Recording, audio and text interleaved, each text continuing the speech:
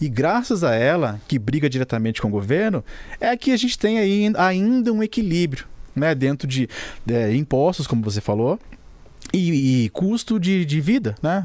E o Trump, ele tomando essas medidas aí no curto prazo, então ele acaba desvalorizando o dólar. É o que está acontecendo, né? O DXY está 103 mil pontos, né? O DXY é a referência do dólar global.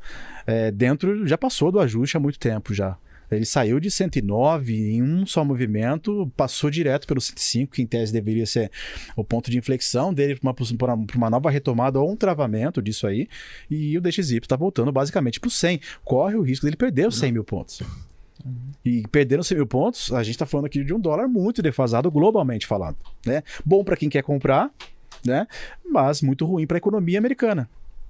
Mas o dólar também, se você for analisar, você acredita que pode ter uma recessão global por conta da economia dos Estados Unidos, gastos públicos?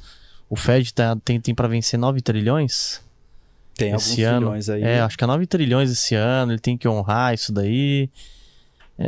O ouro subiu bastante. A bolsa estava alta, agora caiu, né? Levou um tapa na cara. Você acha que tem... Porque assim, eu vejo muita gente falando que vai ter recessão. Mas a recessão chega quando todo mundo tá esperando, Wagner. Porque assim, né? Geralmente assim, acontece uma bolha. Do nada, pô. Você não lembra lá do Japão, agora recente? Que teve caiu pra caramba a bolsa do Japão uns meses atrás. Até o Bitcoin derreteu também. O que você vê? Porque assim, tem muita gente falando que vai ter uma recessão, e eles já estão em uma recessão técnica já faz um tempo, né? Recessão técnica acho que é a palavra mais adequada para várias economias, inclusive a nossa. Você não vê, nosso mercado ele não evolui. Vamos falar de economia primária doméstica e secundária, né? Vamos falar primeiro aqui da nossa economia, nosso mundo, e depois a gente eleva um pouquinho, a gente transfere um pouquinho para o mercado financeiro em si, que a gente está falando de investimentos, que são os caras que financiam, em tese, a nossa economia real. A gente já está no travamento econômico. A inflação está muito alta, a gente não consegue comprar mais nada, o poder de compra está muito baixo. Você vai com R$100 no mercado e não consegue comprar nada. Isso é um travamento econômico, né? Por quê? Inflação muito alta e juros muito, muito altos. E a inflação não cai.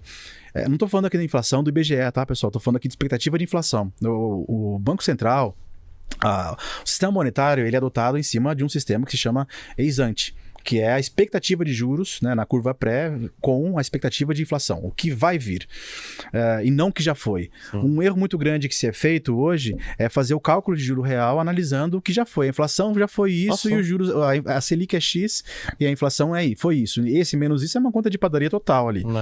É a expectativa, o que vai vir. A gente não toma decisões, nenhum economista ou nenhum banco central no mundo toma decisão pelo que já aconteceu, pelo que vai acontecer.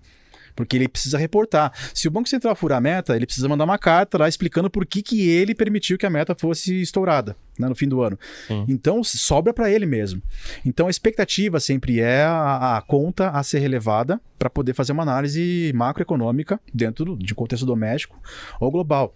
E se você avaliar o que está chegando para a gente aqui, cara, a inflação está muito alta, os juros estão muito altos e a gente não tem expectativa disso baixar. Por vários fatores. Primeiro, hoje, agora, o risco global apareceu só agora com Trump. Já tínhamos, sim, um risco sistêmico global e tudo mais, mas a gente estava conseguindo ali. O Brasil é exportador de commodities, é o paraíso das commodities. Aqui o Brasil tem riquezas absurdas. Inclusive, exporta para tudo que é lado, né? E boa parte da balança comercial do Brasil, ela consegue sustentar a nossa economia, boa parte dela, do nosso PIB. Agora, se você pegar e botar em questões estruturais, isso não tá mais dando conta.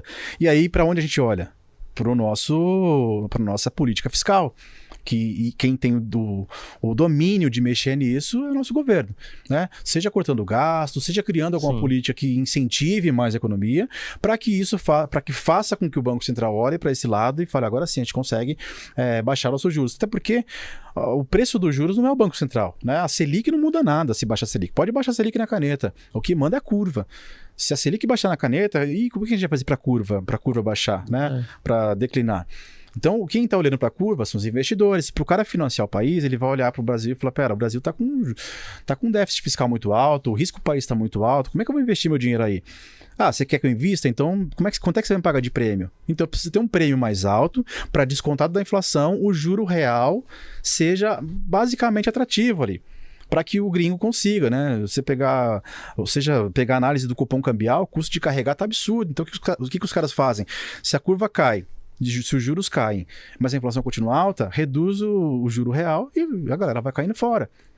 Porque se o risco do país não cair e todos esses riscos fiscais não pelo menos ajustarem, a gente vai continuar tendo juros altos. E quem sofre? Eu, você, o mais pobre, enfim, toda a classe social paga, né? Por conta da inflação. Então não tem essa de pobre não come juros, não come dólar. Acho que tá percebendo que faz diferença, sim. Com certeza, né? Todo mundo tá percebendo agora. Isso tudo são receitas de um bolo chamado inflação. Sim. E todo mundo come esse bolo. Né? Tanto o rico, o pobre, quanto... Pelo contrário, o pobre sofre mais. Sofre muito mais, né? O rico não tá nem aí se a gasolina tiver 10 contos. Sim, incomoda. Mas, beleza, eu vou lá e vou dar um jeito de sobreviver. E o pobre? Se você pegar um salário mínimo de 1.500 e pegar esse ano a gente vai ter inflação de 5. O salário mínimo vai demorar 3 anos para subir novamente, né? Ou 2 na próxima, 2 anos sem subir o salário mínimo. E você colocar 10% de inflação, você tem R$150 a menos no seu salário. Verdade.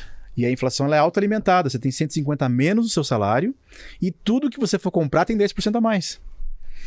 Então, cara, é uma bola absurda de neve isso, né? Então, a economia real, ela é diretamente impactada, né? Agora, o contexto macro chegou só agora. A gente não conseguiu ainda entender qual é a participação do Brasil em todo esse âmbito dessa guerra comercial. Chegou agora a uma taxação de 25%.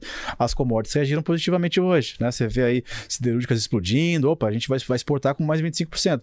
Por enquanto é isso. Vamos entender como o mercado vai reagir. É só isso mesmo? Vai ter mais taxa? Como é que o Brasil vai devolver isso? Né? Verdade. Para ver como é que a nossa economia vai sentir. O pessoal não gosta do mercado financeiro, né? Quem não é desse meio, eles são contra economistas, não gostam o mercado é o vilão da humanidade, né? Da economia. O mercado erra a projeção. Eu vejo porque eu sou muito criticado em qualquer posicionamento que eu vou fazer. Eu neutralizo completamente a política, né? Eu não sou pró-Lula, pró-Bolsonaro. Quem tiver lá, eu vou ter que analisar, né? Tanto o Paulo Guedes quanto a Haddad. Eu vou fazer a mesma análise e vou olhar os mesmos indicadores. A diferença é que um se incomoda de falar... você olhar. Na época do Bolsonaro, o que eu criticava do Paulo Guedes, quando ele criou a cédula de R$200, falava disso. Nossa, eu fui contrário, criei uma guerra. Ninguém falava nada. Agora, se eu critico, você é pró-Bolsonaro. Na época eu era pró-Lula.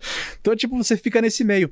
A economia, ela existe para fazer com que a gente realmente tenha um senso de justiça econômica, que o seu dinheiro valha mais, que você consiga comprar as coisas num preço justo, tudo dentro de um senso de justiça, né? E graças a ela, que briga diretamente com o governo, é que a gente tem aí ainda um equilíbrio, né? Dentro de impostos, como você falou, e custo de vida, né? Ou seja, custo de quanto você paga. Tudo isso advém de um grande guerreiro que se chama mercado financeiro. Né? Se não existisse ele, o governo ia fazer o que ele bem entendesse. Ainda mais se fosse atrelado dentro das pastas do governo. O Banco Central é independente, alguns conselhos ainda são independentes e algumas pastas ainda são favoráveis à neutralidade econômica. Isso favorece. Agora, colocar um contra o outro é a pior coisa que a gente faz. Porque quando um erra, você vai aplaudir o outro. E fica torcida. Vira torcida. E é o que eles querem, é o que todo mundo quer. Que briguem entre si.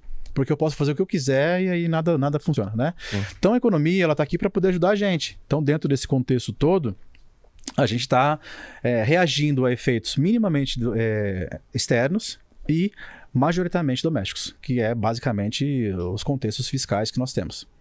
Invista em prata com a Real com U no final. Dentro da plataforma você pode escolher quantas gramas você quer comprar, o preço máximo que você quer pagar. Assim você vai estar investindo diretamente num dos ativos que tem mais potencial de crescer, porque a prata ela é utilizada em painéis solares, indústria química, indústria farmacêutica, indústria automotiva, equipamentos eletrônicos. O celular que você está usando, provavelmente ele está cheio de prata dentro, e você pode ganhar com um dos ativos que mais tem potencial de valorizar. Para analisar ações, BDRs, fundos imobiliários, acesse a plataforma do Investidor 10, inclusive para você gerenciar a sua carteira, saber quanto de dividendos você vai receber. Inclusive, eu deixei a carteira da minha filha, a Laurinha, ela tem 3 anos e já invisto para ela. Todos os ativos tá no link aqui embaixo